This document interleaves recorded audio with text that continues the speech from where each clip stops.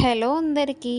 ఈరోజు వచ్చేసి నేను ఒక కొత్త రెసిపీతో మీ ముందుకు వచ్చేసాను. పాలకూర చట్నీ చేస్తున్నాను. దానికోసం వచ్చేసి ఆనియన్స్ ఇంకా వెల్లుల్లి చింతపండు తీసుకున్నాను.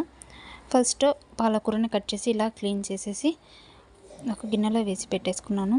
ఇప్పుడు మిక్సీ జార్ తీసుకొని వెల్లుల్లి, ఆనియన్స్, చింతపండు,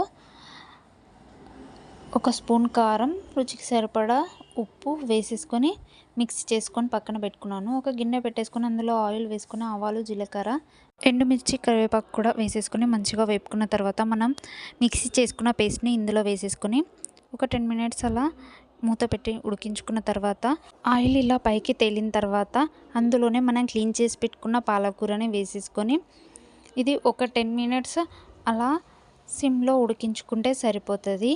మీరు ఈ రెసిపీని ట్రై చేసి కమెంట్ చేయండి ఎలా వచ్చిందో. నచ్చితే ఒక లైక్ చేయండి. Please like and subscribe.